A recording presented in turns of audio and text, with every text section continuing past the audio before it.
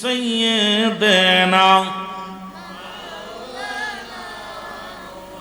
এ দুনিয়ার মুসলমান শুনে নাও, গভীর মনোযোগ। প্রতিবেশীর হকের কথা বলতে যা কোরআন কি বলে যারা ব্যবহার করলো কোরআনের মধ্যে।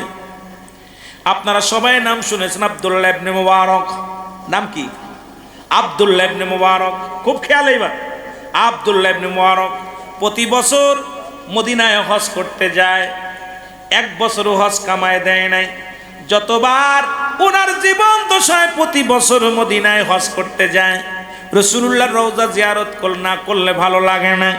এবছরও আব্দুল্লাহ ইবনে মুবারক টোল টুপলা গুছায়া, টাকা পয়সা গুছায়া, পুটলা বাঁধিয়া, এখন তোর পুটলা বান্ধে না, আগামী অগত মুসলমান এই মুরব্বীদের জামানায় কিন্তু টুপলা বান্ধিয়া, এই পুটলা বাঁধতো কার্গি দিয়া, শাড়ি দিয়া, মুসল্লুঙ্গি দিয়া, পুটলা বান্ধিয়া এর মধ্যে নিয়ে শ্বশুর বাড়ি যাইত, কোথায় মেহমান বাড়ি যাইতো। এখন তো রং বিরঙের ব্যাগ বাইর হয়েছে।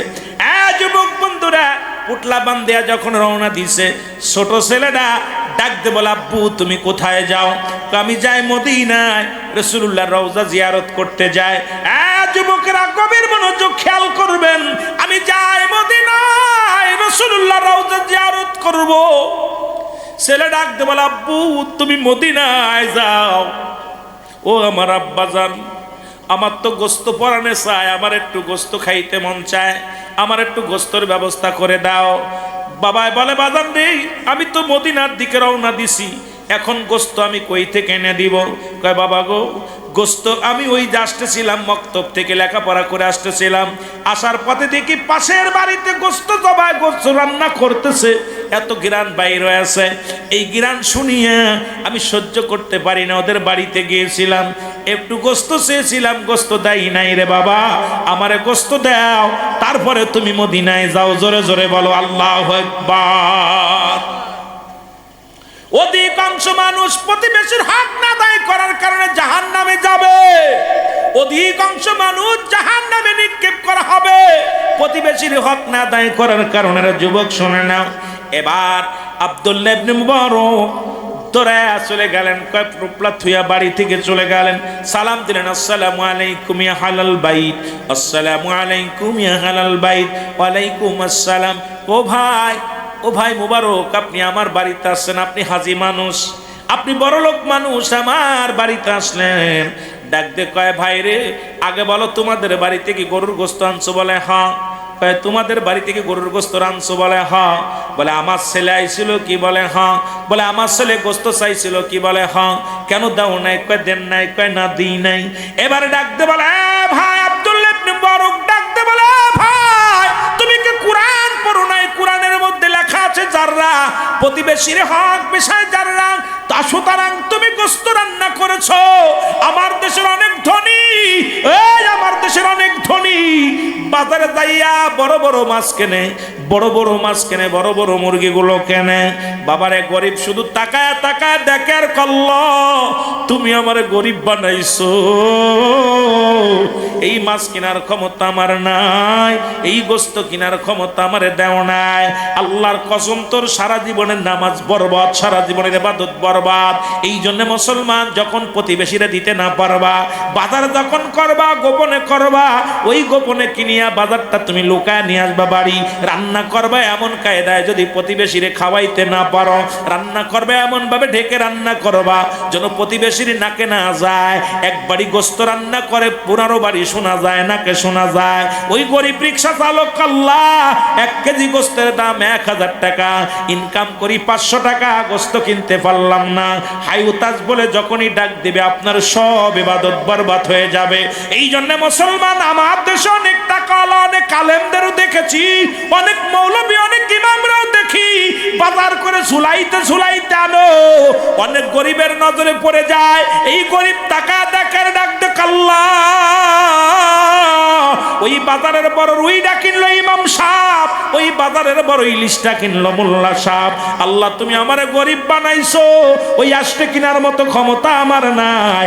ও যুবক বাবারা আমার শুনে নাও, এই জন্য প্রতিবেশীর হক যদি নষ্ট করে যাও, আল্লাহর হক নষ্ট করলে আল্লাহ মাফ করলে করতে পারে, কিন্তু প্রতিবেশীর হক যদি নষ্ট করার পর প্রতিবেশী কষ্ট পায়, প্রতিবেশীর হক যদি আদায় না করো, আল্লাহর আদালতে ধরা পড়ে যেতে হবে। জোরে বলেন ঠিক কিনা? এই বিদেশিরা বাড়ি আইয়া, চাকরিরা বাড়ি আইয়া, ডাকাতে বাড়ি আইয়া বাজারে যায় মুরগি 5-6টা কেনে, এরপরে বড় বড় মাছ কিনে ঝুলাইতে ঝুলাইতে মানুষের দেখায় যে কিনছি, ঠিক কিনা? আরে কপাল পোড়া, তুই যে কত বড় পাপী হইতেছিস। তুই কিনার সময় এমন ভাবে কেন লুকায় রাখ, ঝাঁকার মধ্যে লুকায় কিনে আনবি, আইনা বিবিরও বলবি বিবি এমন কায়দা রান্না করবা যেন কেউ দেখ, যদি দিতে পারো প্রতিবেশীরে দাও তাহলে রান্না করো, আর যদি প্রতিবেশীরে দিতে না পারো তুমি এমন কায়দা রান্না করবা যেন নাকে যেন ঘিরান না যে না লাগে, প্রতিবেশীর ঘরে যেন নাকে ঘিরান না যে লাগে। তুমি খাইতে, উনি খাইছে মরিচ দিয়া, তুমি খাও না ওলা মাছ দিয়া। আবার বড় বড় ফতোয়া দাও, মসজিদে যে কপাল ছিল, মসজিদে যে হাঁটু ছুলে ফেলছো, কপাল ছুলে ফেলছো, মনে করছে ইবাদত বন্দেগী কবুল হয়ে যাচ্ছে। এত সহজ নয়, কারণ এই প্রতিবেশীর হক আদায় না করে গেলে আল্লাহ পাক ছাড়বে না। জোরে বলো আল্লাহু আকবার। আব্দুল্লাহ ইবনে মুবারক ডাক দিয়ে বলে, ভাই ওরে আমার ছেলে এসেছিল গোস্তের জন্য, এই গোস্ত একটু দাও নাই, তুমি কি মুসলমান, তুমি কেন দাও নাই? ডাক দিয়ে বলে, ভাই আব্দুল্লাহ ইবনে মুবারক শোনো গো, আমি কেন দিই নাই, কেন জবাবটা শোনো। আজ একটা সপ্তাহ হয়ে গেল আমার ঘরের মধ্যে কোনো চাউল নাই, একটা সপ্তাহ হয়ে গেল ঘরের মধ্যে কোনো খাবার নাই। আমি যখন কাজের সন্ধানে যাই,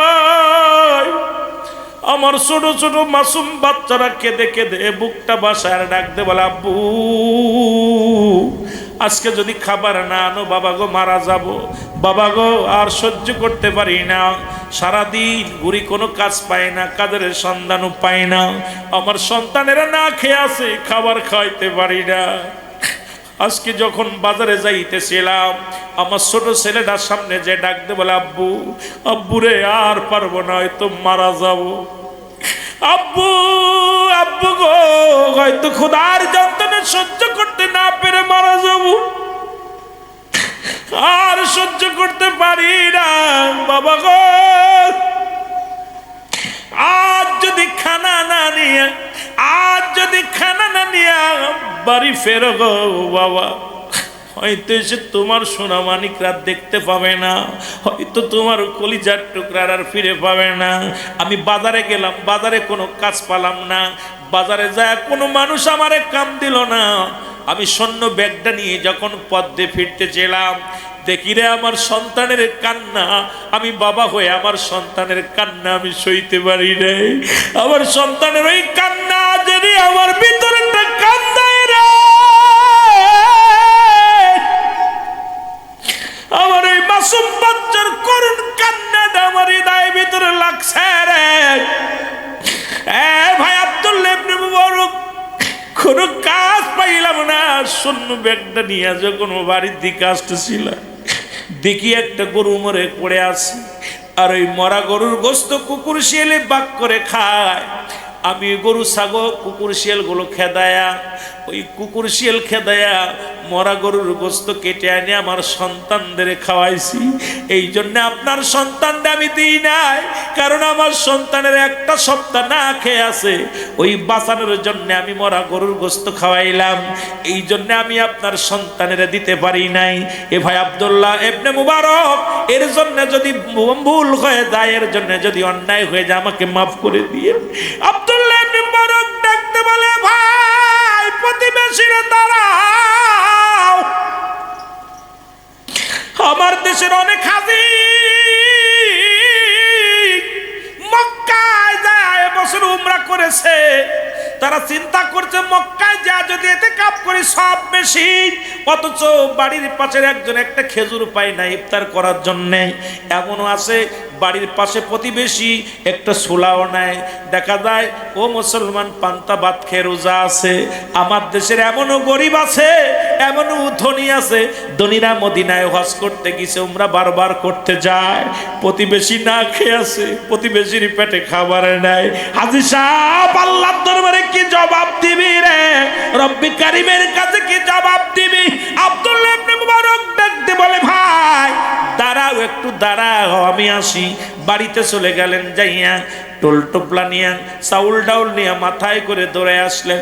ডাকতে বলে, ভাই রে, এই নাও তোমার সন্তানদের রান্না করে খাওয়াও, আমি এবার মদিনায় যাব না, হজ করতে যাব না, এই নাও টাকা। সব টাকা পয়সা দিয়ে দিলেন।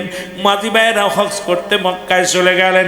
মুসলমান 45 দিন পরে হাজী ভাইয়েরা মদিনা থেকে ফিরলেন। সবাই আব্দুল্লাহ ইবনে মুবারকের বাড়ি আসলেন। আসে বলে, আব্দুল্লাহ ইবনে মুবারক, ও ভাই মুবারক, তুমি এমন স্বার্থপর কেন? একই তাবুর মধ্যে নামাজ পড়লাম, একই জায়গা তওয়াব করলাম, তুমি কবের ফ্লাইটে আসলা? আমাদের তো বলে আসলে না। আব্দুল্লাহ ইবনে মুবারক বলে, ভাই খোদার কসম করে বলি, এবছর আমি মদিনায় যাই নাই, আল্লাহর কসম করে বলে আমি মদিনায় যাই নাই। হাজিরা বলে, আপনি মিথ্যা বলেন কেন? আপনি একটা হাজি মানুষ। একই সাথে তাবুর মধ্যে ঘুমাইলাম, একই সাথে খানা খাইলাম, একই সাথে তওয়াব করলাম, একই সাথে ঘোরাঘুরি করলাম, মদিনার অলি গলি ঘোরাঘুরি করলাম। আপনি বলেন আপনি মদিনায় যান না? আব্দুল্লাহ ইবনে মুবারক বলে, আমি তো মদিনায় যাই নাই। আমার আল্লাহ ডাক দিয়ে কয়েল খাম দিয়ে ডাক দিয়ে, আব্দুল্লাহ ইবনে মুবারক, আরে মুবারক শোনো, এই বছরে তোমার দানকে আমি এত ভালোবেসেছি, তোমার দানের খাতিরে তুমি ওই গরিবের হক আদায় করার কারণে এই বছর মক্কা মদিনায় যত হাজি গেছে সবার হজ আমি আল্লাহ কবুল করেছি। মুবারক রে, তোরে সাজাইয়া তোমার মহল্লা থেকে যত হাজি গেছে তাদের সঙ্গে পরিচয় করাইয়া দিছি, তাদের সঙ্গে খানা খাওয়াইছি, তাদের সঙ্গে তওয়াব করাইছি। সুতরাং মুবারক রে, ও মুবারক শুনে নাও, এই বছর তোমার দানটা আমি আল্লাহ এত কবুল করেছি, আমি আল্লাহ কবুল করে গোটা হাজিদের হজ কবুল করে নিছি। ধরে বলেন মারহাবা। আব্দুল্লাহ ইবনে মুবারক মাথা নত করে বলতে, হাজী ভাইরা, আমি কতবার গেছি মদিনায়, কেউ নজরে পড়ে নাই, কিন্তু এবছর যাই নাই, তোমাদের সবার নজরে পড়ছে। রব্বে কারীম যেন আমারে কবুল করে নাই। আজকে আমার দেশের এইরকম কত টাকাওয়ালা, কত বাড়িওয়ালা চিন্তা করে টাকাতে নাজাত পাইব।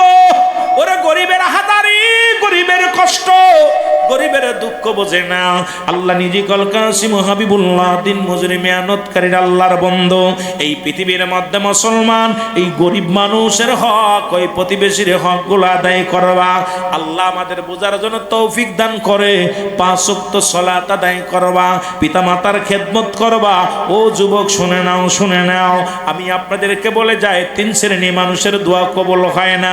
নাম্বার 1, 1 নাম্বার হলো পিতামাতার নাফরমানি সন্তান, 2 নাম্বার হলো এতিমের মাল ভক্ষণকারী, 3 নাম্বার হলো মুসলমান গীবাতখোর বা ছগলখোর। এই দুনিয়ার মধ্যে শুনে নাও মুসলমান, শুনে নাও, আবার কোন কোন কিতাবের মধ্যে অহংকারী মানুষের দোয়া কবুল হয় না। আজকে আমার বাবারা, যাদের আব্বা মা দুনিয়ার মধ্যে জীবিত আছে, পিতামাতার খেদমত করবা। পিতামাতার মোট 14টা হক। কয়টা হক? জোরে বলেন কয়টা? 14টা হক। পৃথিবীর মধ্য থেকে বিদায় নেওয়ার পর যাদের আব্বা মা মারা গেছে একটু হাত উঠান। আলোচনার বাড়াবো না, আমাকে মাস্টার সাহেব বলছে একটু আব্বা মার কথা বলার জন্য, এই জন্য শেষ পর্যায়ে সে একটু কথা বলে যায়। মুসলমান 1টা বাজতে চললো, আপনাদের সময় আর নষ্ট করবো না। আমার বাবারা, আমার 14টা হক হলো পিতামাতার জন্য। জীবিত থাকতে 7টা, এন্তেকালের পরে হলো 7টা, এন্তেকালের আগে হলো 7টা। যাদের আব্বা মা মরে গেছেন তাদের জন্য 1 নাম্বার হক হলো, এই হকগুলো যারা আদায় করবেন, যাদের আব্বা নাই মা নাই, এ মুসলমান শুনে নাও, 1 নাম্বার হক হলো তাদের জন্য মাগফিরাত কামনা করা। 2 নাম্বার তাদের জন্য সবর রেশনি করা। 1 নাম্বার হলো তাদের জন্য মাগফিরাত কামনা করা, 2 নাম্বার তাদের জন্য সবর রেশনি করা, 3 নাম্বার তাদের দিনা পাওনা পরিশোধ করা। এই পৃথিবী 4 নাম্বার তাদের ওসিয়াত পূরণ করা। এই পৃথিবীর মধ্যে 4 নাম্বার হলো ও মুসলমান তাদের ওসিয়াত পূরণ করা। 3 নাম্বার হলো তাদের দিনা পাওনা পরিশোধ করা। 5 নাম্বার হলো মুসলমান শুনে নাও, তাদের আত্মীয়স্বজনের সঙ্গে ভালো ব্যবহার করা, যোগাযোগ করা, আত্মীয়স্বজনের সঙ্গে মুসলমান ভালো ব্যবহার করা। আজকে আপনার আব্বা মার আত্মীয়স্বজন যারা আছে তাদের সঙ্গে যদি যোগাযোগটা ছিন্ন হয়, তাদের সঙ্গে যদি বোঝাপড়া ভালো না হয়, আল্লাহর আদালতে ধরা পড়ে যারা আব্বা মার হক আদায় হবে না। মায়ের আত্মীয় বাবার আত্মীয় যারা আছে, ও মুসলমান শুনে নাও, 5 নাম্বার হলো 6 নাম্বার হলো তোমার আত্মীয় স্বজনকে মনে সাহায্য সহযোগিতা করা। আজকে আপনার বাবার আত্মীয় মায়ের আত্মীয় যারা আছে, এই 7টা হক আমাদের আদায় করতে হবে।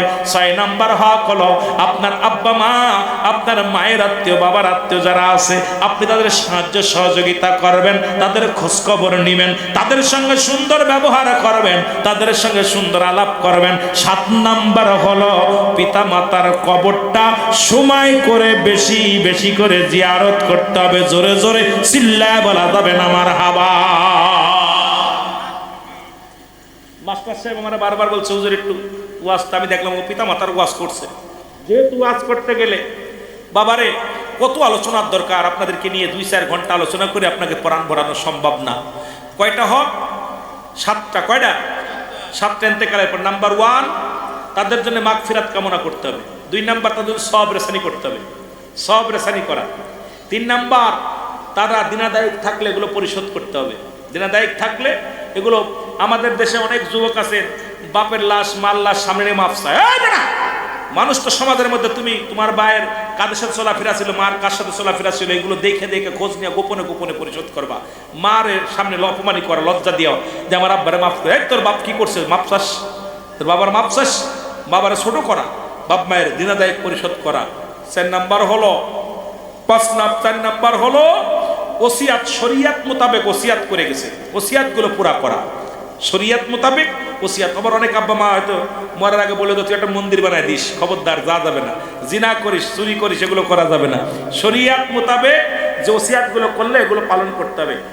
5 নাম্বার হলো তাদের দিনাদায়, আপনার এই যে এই দুনিয়ার মধ্যে আপনার হলো যাদের আব্বা মা, আপনাদের আত্মীয় স্বজন যাদের আছে, তাদের সাহায্য সহযোগিতা করা, তাদেরকে সাহায্য সহযোগিতা করা। 6 নাম্বার হলো তাদের সাথে যোগাযোগ, তাদের সাথে আন্তরিকতা, যোগাযোগ, ভালোবাসা।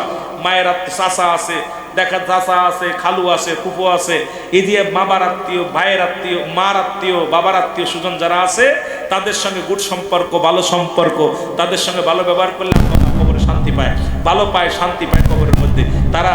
এই জন্য রাসূল বলছে, তোমাদের পিতা মাতা আত্মীয় স্বজনের সঙ্গে দুর্ব্যবহার কর, ভালো ব্যবহার করবা। নাম্বার 7 হলো আব্বা মার বেশি বেশি করে, রাসূল বলছে তোমরা বেশি বেশি করে আব্বা মার কবরটা জিয়ারত করবা। রাসূল সাল্লাল্লাহু আলাইহি সাল্লাম বলতেছিলেন, তোমরা কেউ কি কবুল হজের সওয়াব পাইতে চাও? রাসূল বললেন, কে বা না চায়? সাহাবীরা বলেন, হুজুর বললেন যে তোমাদের পিতামাতা যারা জীবিত আছে, আব্বা মার মুখের দিকে তাকাইলে একটা কবুল হজের সওয়াব হবে। সুবহানাল্লাহ বলেন না?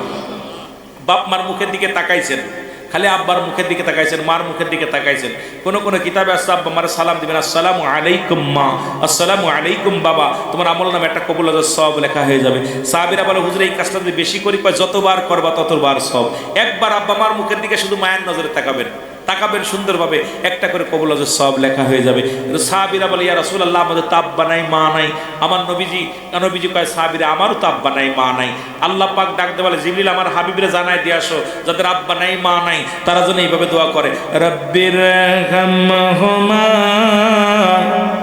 কামা রব্বায়ানি সগীরা, রব্বির রহমহুমা কামা রব্বায়ানি সগীরা। আদম আলাইহিস সালাম কান্দে, রব্বানা যালামনা আনফুসানা ওয়া ইল্লাম তাগফির লানা ওয়া তারহামনা লানাকুনান্না মিনাল খাসিরিন। আর আমার নবী কান্দে, রব্বির রহমহুমা কামা রব্বায়ানি সগীরা। আল্লাহ কবুল করুক, সকল বলুন আমিন। আর একটু জোরে বলেন আমিন। সুতরাং এই পিতা মাতার খেদমত আর দুনিয়ার মধ্যে জীবিত থাকতে 7টা হক, 7টা হক। 1 নাম্বার হলো তাদের, মুসলমান 1 নাম্বার হলো তাদের অনুগত্য হয়ে চলা। 1 নাম্বার হলো তাদেরকে সম্মান করা, তাদের ইজ্জত করা। এক কথা তাদেরকে মনে, 1 নাম্বার হলো সম্মান করা, তাজিম করা। এই পৃথিবীর মধ্যে বাবা মার ইজ্জত আর পৃথিবীর ইজ্জত এক না, আব্বা মার ইজ্জত সবচেয়ে বড়। 2 নাম্বার হলো তাদের কথা মতো চলা। 3 নাম্বার হলো মুসলমান গভীর মতো তাদেরকে সুখে শান্তিতে রাখা। 4 নাম্বার হলো পৃথিবীর মধ্যে পিতামাতার প্রয়োজনীয়তা পূরণ করা 5 নাম্বার হলো মুসলমান গভীর মনোযোগ, এইতে তাদের কথা মতো চলা। এক কথায় হলো তারা আদেশ নিষেধ যেটা দেবে সে নিষেধ মতো চলতে হবে, আদেশ যেটা দেবে সেটা পালন করতে হবে। আমার ভাইয়েরা, আমার বন্ধুরা, আমার 6 নাম্বার হলো সুখে শান্তিতে রাখতে হবে তাদেরকে, সুখে শান্তিতে রাখতে হবে, সুখে সবসময় সুখে শান্তিতে রাখতে হবে। এই জন্য আমি আপনাদেরকে বলি